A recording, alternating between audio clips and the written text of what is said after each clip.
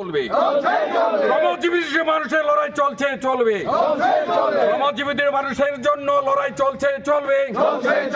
অধিকার ক্ষুণ্ণ হতে দিচ্ছি না, দেব না। শ্রমিকদের অধিকার ক্ষুণ্ণ হতে দিচ্ছি না, দেব না। কর্মক্ষেত্রে শ্রমিকের অধিকার ক্ষুণ্ণ হতে দিচ্ছি না, দেব না। কারখানা শ্রমিক স্বার্থ বিরোধী নীতির বিরুদ্ধে কার স্বার্থে 12 ঘন্টা তৈরি হলো, জবাব চাই, জবাব দাও। এর মধ্যে দিয়ে একদিকে শ্রমিক, একদিকে কৃষক, সাধারণ মানুষ, শ্রমজীবী মানুষ, তাদের স্বার্থ বিরোধী যে যুদ্ধ ঘোষণা করেছে কেন্দ্রীয় সরকার, তার বিরুদ্ধে গোটা দেশব্যাপী কেন্দ্রীয় ট্রেড ইউনিয়ন সমূহ, সংযুক্ত কৃষক মোর্চা, অন্যান্য গণসংগঠন, গণ আন্দোলন, সমস্ত অংশের মানুষ আজকে রাস্তায় নেমে এসেছে।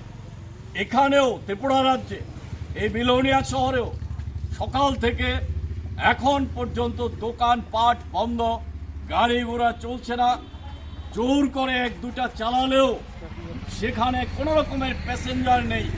এই পরিস্থিতি সৃষ্টি হয়েছে জনস্বার্থ বিরোধী এই নীতির বিরুদ্ধে।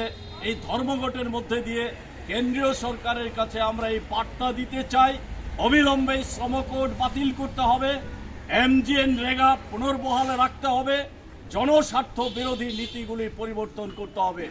তার জন্যে এই 12ই ফেব্রুয়ারি এই ধর্মঘটের মধ্যে দিয়ে আন্দোলন শুরু হলো। যদি তার পরিবর্তন না ঘটে আরো বৃহত্তর আন্দোলন ঘটবে, এই আহ্বান রাখছি।